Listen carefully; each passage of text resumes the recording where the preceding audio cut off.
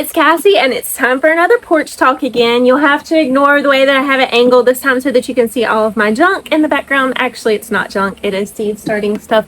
But the lighting was super weird and you couldn't see me in the video, so I had to angle it this way. So I'm like really right up in the camera instead of back to where you can see everything that's going on. But it is time to start our fall garden seeds, or almost time. We have a super large window for starting fall garden seeds. Our first frost date is November the 15th. So basically we can start seeds for our fall garden anytime between September and November. So the main thing that you want to think about when you are selecting when you want to put your fall seeds out into the garden is those days to maturity. Because when it comes, and you're going to have to fast forward to think about this, to planting things for the fall garden is, are you using the same space that you're going to use for your spring garden? Because if so, you're going to have a little bit of overlap there. And so you want the things that are in your fall garden to be done, if you're planting them in the exact same space, before it's time to put in your spring garden. So I always try and start my brassicas, that is things like broccoli, cauliflower, cabbage, Brussels sprouts. Those I always try and have in the garden in those first 2 weeks in September, because that way they are done producing when it's time to come in and plant the things for my spring garden. Now last year that didn't happen. It did happen, but, and I keep saying this over and over again, but it's a really important thing and we learned a lot of lessons in it. The goats got out and all of the brassicas that I had planted, I think there were like 75 for my fall winter garden, got eaten by my goats.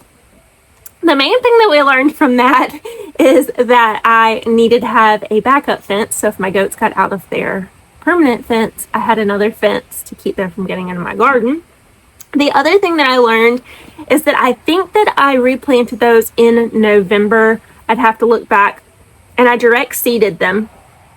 And when my spring garden, it was getting time to plant my spring garden, those cabbages and broccoli, a lot of them were, the cabbage mainly, were still producing. And so they weren't full sizes of cabbage yet, which a cabbage you can pretty much eat. I mean, you can eat it this big. You just want those nice big heads. So the main thing that I learned is definitely starting September 1st gives those cabbage that nice long growing period, so that they are ready to harvest before it's time to start our spring garden. I usually like harvest one cabbage at a time, etc., and we eat it. And then whenever it's time to eat another cabbage, I go harvest it and we eat it. So they kind of stay in the garden for a long period of time. The other thing that I noticed with planting later like that is that the broccoli wasn't quite ready before that heat wave came in, because we had like some early heat in like late February, early March, I think. And so those broccoli started to go to seed. They started to flower and go to seed before we could harvest and enjoy them. So starting them in September has always given me those few extra months to where they didn't go to seed because we were still in the nice cool months. And so that is something else to think about. So like I said, we really have a large window of when you can start your seeds for your fall garden. You can start them inside. I'm going to start mine inside in cell trays right here on the back porch under grow lights, and then transplant them out in September. I'm probably going to start them next week when my kids get back in school. So that gives them about like 3-4 weeks to get nice size before we transplant them out in the garden. Hopefully by that first week of September it's cooled off a little bit. If not, then I'll just keep them on the back porch for 1 to 2 more weeks till it starts to cool off a little bit more. If you don't want to start brassicas, because they can be a little bit picky, you can absolutely go buy plugs from our local farmers co-op. Used to sell them, but I don't think they sell them anymore. They just sell the Bonnie plants now. But anywhere that you can find that they sell the plugs, those absolutely work better even than the Bonnie plants to me. Remember, I am zone 9A now, but I am the old 8B. So in the winter, I grow like an 8B gardener, meaning the varieties that I choose to grow for perennials and things like that. I grow like an 8B gardener because I feel like it still gets super cold here and we have a lot of heavy frost here, unlike a lot of the Zone 9 gardeners. So if I were to plant fruit trees and things like a Zone 9 gardener, a lot of times the winter freezes that we get and the frost kill those off. So I still plant things like a Zone 8. If you're new here, I am a Zone 8B/9A gardener. Think as far north as you can go in Florida, but like the center of the panhandle, that's where I'm located. So just to give you an idea. The other few crops, so I love the fall garden because the fall garden to me is a time when I grow a ton of vegetables. I think I grow more in my fall garden that gets us through all year long than I grow in my summer garden. I absolutely love it because it's things like onions. So when you harvest an onion, we plant onions in November. When you harvest your onion, that onion that I harvested, I don't even know when I harvested them this year, but they're still good. Like they're still hanging in my pantry and I'm still using them and they'll probably be good for several more months. You have garlic, same thing.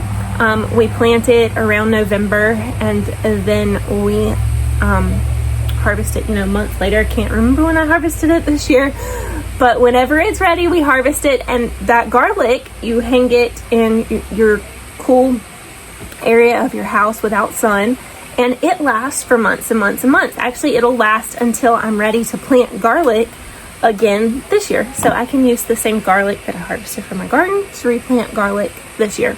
And I did a little bit of that last year and experimented, and I thought that the garlic that I actually saved from my own garlic did better than the seed garlic that I purchased. Let's see what else. Carrots. So let's get into things that we can plant in our fall garden from seed. So like the onions, I have always bought the little onion sets, which are the live onion plants.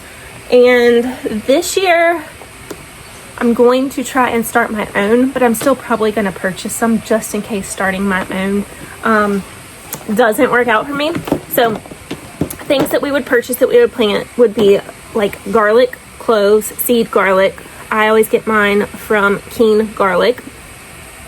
You could do onions and onion starts. I bought mine last year from Hoss. I had bought them previously from Dixondale. I thought that the Hoss ones did better, and I kind of went into my theory on that. Hoss is in Georgia, South Georgia, and I thought maybe because the onions were started in those temperatures and shipped here instead of where Dixondale is, that maybe they were already a little bit acclimated to our climate, and so that's why they did a little bit better. So I was wondering this year if I start my seed garlic, because it's on my back porch here, or not seed garlic, but garlic, or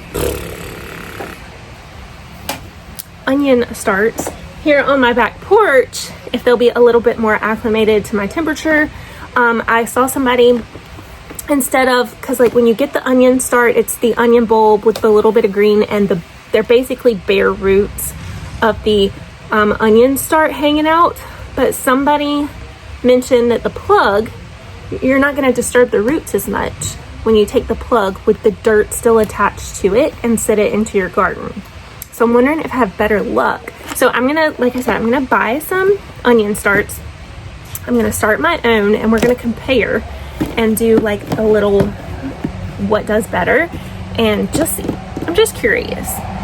So let's look at my seeds. I have them organized. I have one of these for the fall, spring, and pollinators. So what do I grow in my fall and winter garden? So one of the things that I grow is collard greens, and the two varieties that I like, I got both of these from High Mowing Seeds. If you've heard me discuss, I like High Mowing Seed, Hoss, and Baker Creek are my three favorites. But then I buy seeds all over, so I can't really say that I have an absolute favorite. But I grow Georgia collards and champion collards. I don't notice much of a difference in these when they're growing in the garden. Can't tell the difference in each one. They're just the two varieties that I've always grown. The Georgia collards, as like the season goes on, the seeds get harder and harder to find. So that's kind of why I have grown the champion collards in the past. I will start these on the back porch, plant them out in September. So last year was my first year growing carrots successfully. Carrots have been amazing. So I harvested these, of course, when they were ready, and I put them in a bag. I didn't wash any of the dirt off. I just put them in big Ziploc bags, still covered in the dirt, put them in my vegetable drawers in my fridge, and I just peeled some for dinner. So they're still absolutely, I mean, they're like the day I pulled them out of the ground. Last year, something that I did different. In September, I noticed that there was like a 2-week period of time where we were supposed to get rain every single day.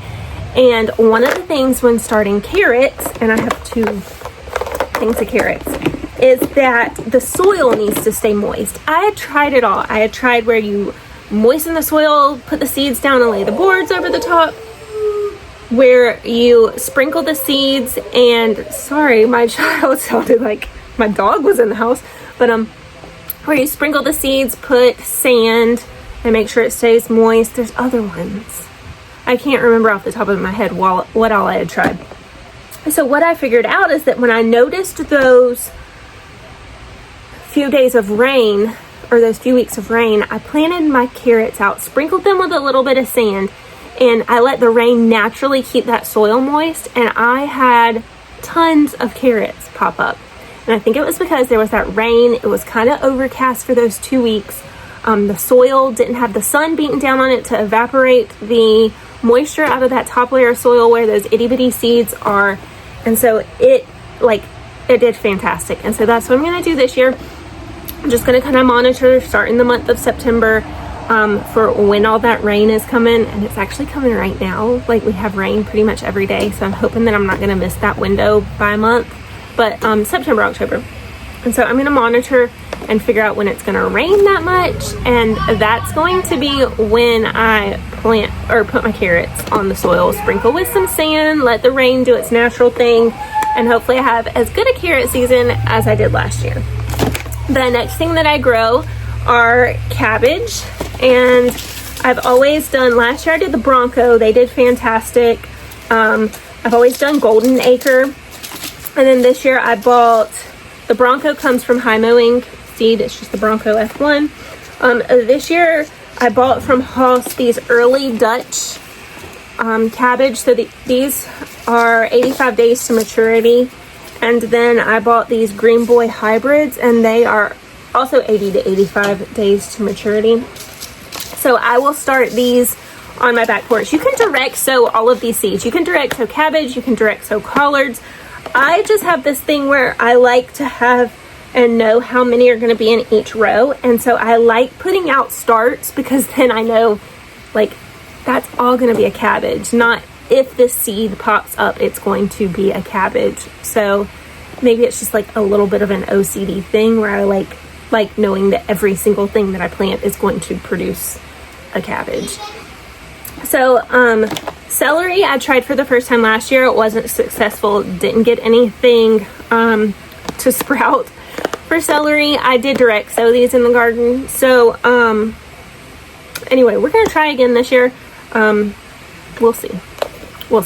I did buy the pelletized seed this time. So, they have the coating. They're a little bit bigger. We'll see. I also bought celery. I don't know. I can't decide if we're gonna like this. They say it does better in our area.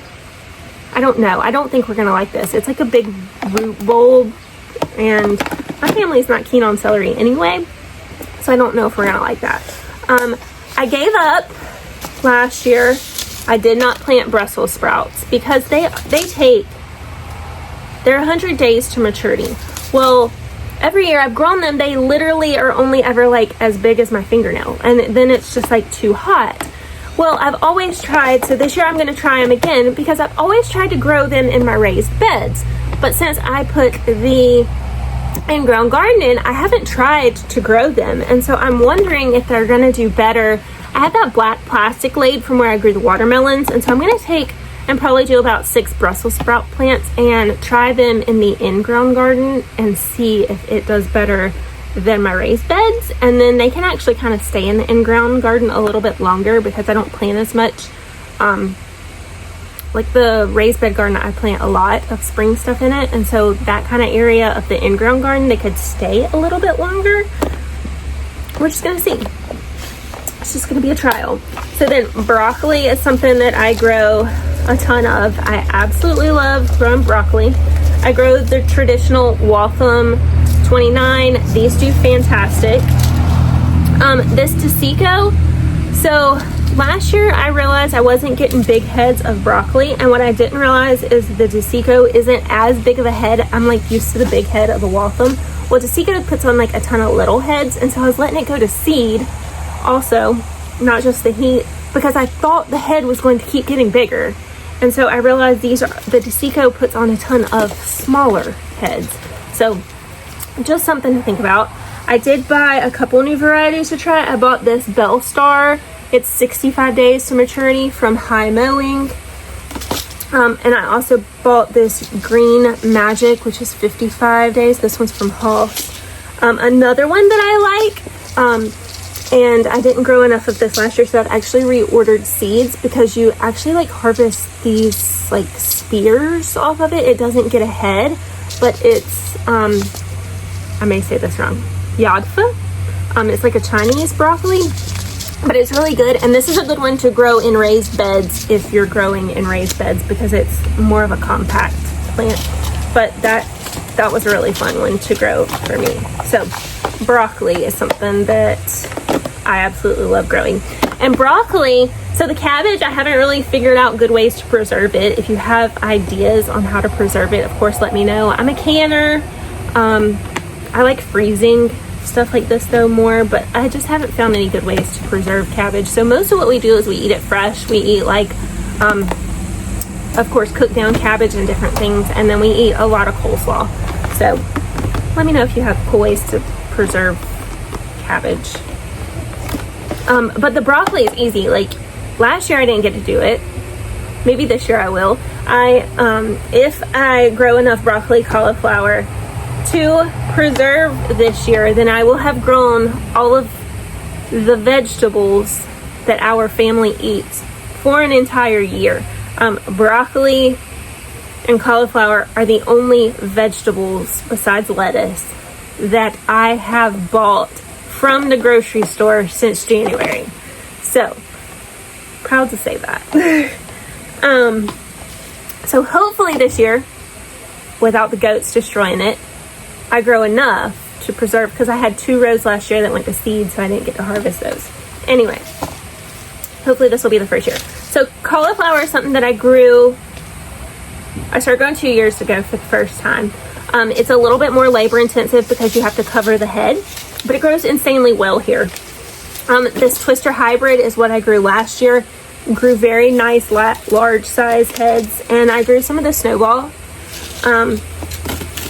But the Twister produced nice large size heads. You have to pull cauliflower leaves in over the top of the head, because the sun will make the head turn brown. So like I said, it's a little bit more labor intensive, but I just used a clothespin. Minuteman cauliflower is another variety that I bought to try this year. This graffiti cauliflower was just really cool. I'll grow probably like a couple of these, not a ton. It doesn't taste any different to me than regular cauliflower. And then I bought this to try again. The goats ate all of my Veronica. It's the Veronica Romanesco. They ate all of my Veronica last year, and only 25 seeds come in this, so I didn't have enough seeds to start anymore. So this is the green one that's like the spiky texture. So this will be my first year maybe growing the Veronica. So you can preserve broccoli and cauliflower by cutting it off the stalk, blanching it in water, and then letting it freeze in a single layer and putting it in gallon-sized bags. So hopefully this year I preserve all of the vegetables our family will eat throughout the year. We'll see.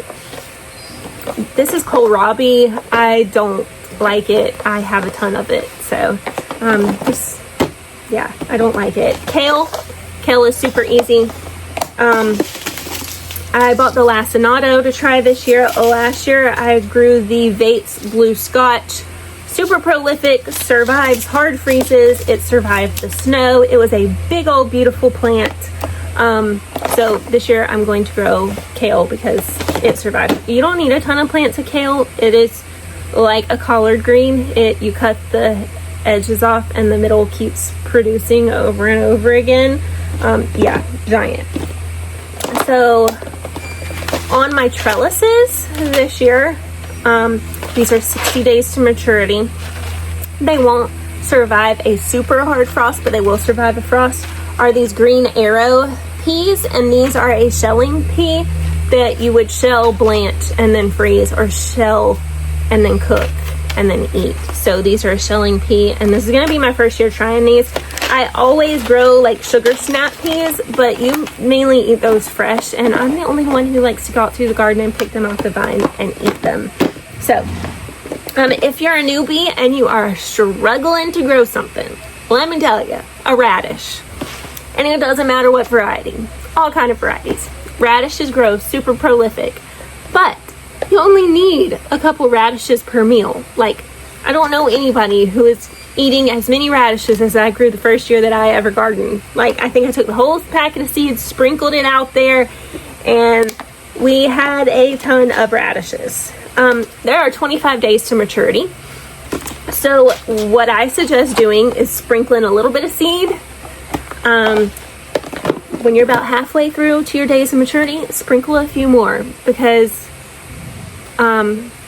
you'll harvest what you want, and then you're gonna want to come back in a few weeks and harvest some more, and you don't want them to be nice and big. You want them to be the nice little radishes, unless you're growing like a daikon or something, but I'm talking about like salad radishes, like the little red ones. So just sprinkle a couple seeds. I don't know anybody who eats like tons of radishes, and pickled radishes we didn't like.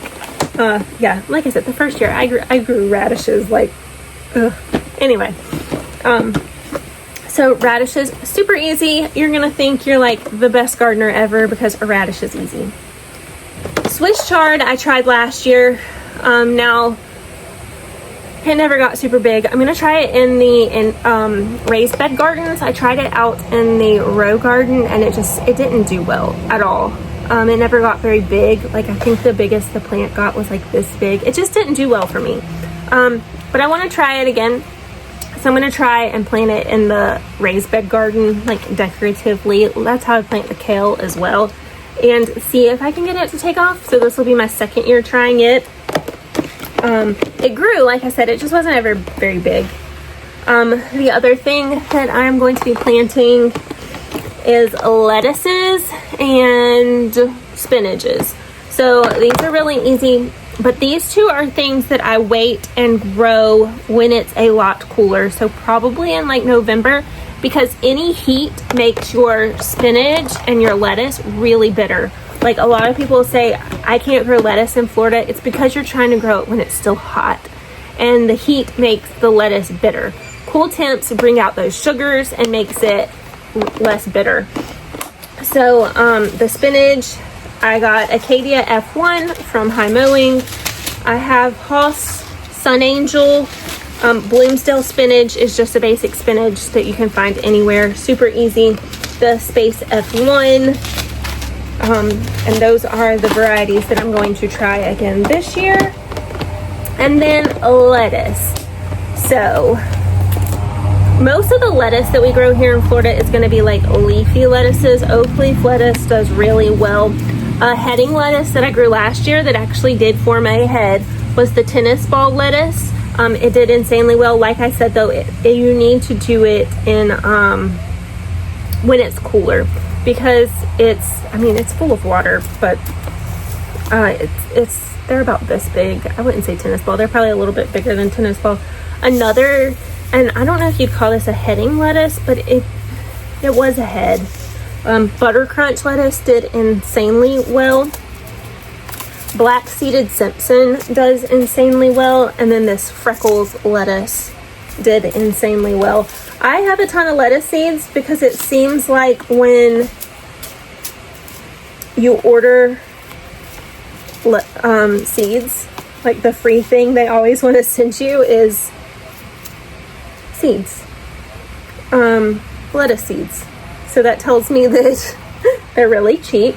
But this is oak leaf lettuce. It does really well. I don't really like the taste of it. I don't like romaine type lettuces. So I got this Australia lettuce. I have tons of lettuce varieties. Sulu lettuce. This is one that Baker Creek is famous for sending out. Merlot lettuce. Let's see, what was this one? This is another Baker Creek free one. Artichoke lettuce. Anyway, so I just always experiment with the lettuces every year. I'm gonna grow them on the black fabric that I grew the melons on also, because I have all the little holes burned. Every year I have the issue with, like, it rains, it splashes the dirt up on the lettuce, and you get like this crunchy gritty lettuce, and no matter how much I feel like I rinse it, I feel like there's still grit in it. So I'm hoping that growing on the black weed barrier fabric kind of helps that. So I'm gonna have lettuces and the Brussels sprouts on the weed barrier fabric. I mean, I already had it laid down for the watermelons, so why not use it to my advantage? Okay, this is the other thing that we start in the fall. So as soon as the temps drop to where it's nice and cold, I'm gonna say like November, December, I put my artichokes last year into the ground. I just direct sowed the artichoke seeds. And I'm also gonna put these in the fridge. Put these in the fridge for like 4 weeks. As soon as you see those temps drop, you go and direct sow these into your garden. I tried all kinds of ways to get artichokes to grow, and that is the best way and the most successful way. Last year you saw the artichokes. I tried starting them inside and transplanting them out. I tried starting them on the back porch and transplanting them out. Nothing worked. It didn't work. They would die, or they would get to 12 inches and like stall. This is the best way that I have gotten them to grow. So like I said, 4 weeks in your fridge. And then when those temps drop, you go and direct sow these out in the garden, and you just leave them alone. And somehow last year I had artichokes, and I know this year to harvest them when they're nice and small, because they're not going to get big like they do in other areas, or maybe this year they will. So we're going to give artichokes a try again. Last year I did the green globe, and I just kind of, because they say that they can't grow here, there's no like source for me to go and like research like what brand or what variety works better. So I went on high mowing, and I just bought whatever they had that wasn't a green globe. So I bought this Tavor. It says 90 days to maturity. I think these had less chill hours. These were like the least chill hour varieties that I could find, because they need so many chill hours. And then this is a Wonder F1. It has 88 days to maturity. And so I think I found some that had like lower amount of freeze hours than the green globe. I don't know. Anyway, I bought these seeds so long ago. So that is what we're starting for our fall garden. Like I said, you have like several months that you could plant it out in. So when you're like planning, you just want to say, okay, if I'm going to plant spring things here, then I need to start and plant this section earlier than any of the other sections, because I'm going to have spring plants that I'm going to need to put here. If you have a section where you're only going to grow your fall and winter stuff, then don't worry about it. You can start in November if you wanted to. But if you're going to be planting your spring garden, the same place that you plant your fall and winter garden, and you have some overlap there, then of course you want to start a little bit earlier so that those plants from the fall and winter are done before it's time to start your spring plants. And I hope all of that made sense. If you have any questions or any other varieties that I didn't mention, because I always like trying new varieties, let me know. I'll be back next week, probably when I start the seeds for the fall winter garden. I mean, it's no different than any other time when you start seeds. I just know that there's some new followers who like to see the full process.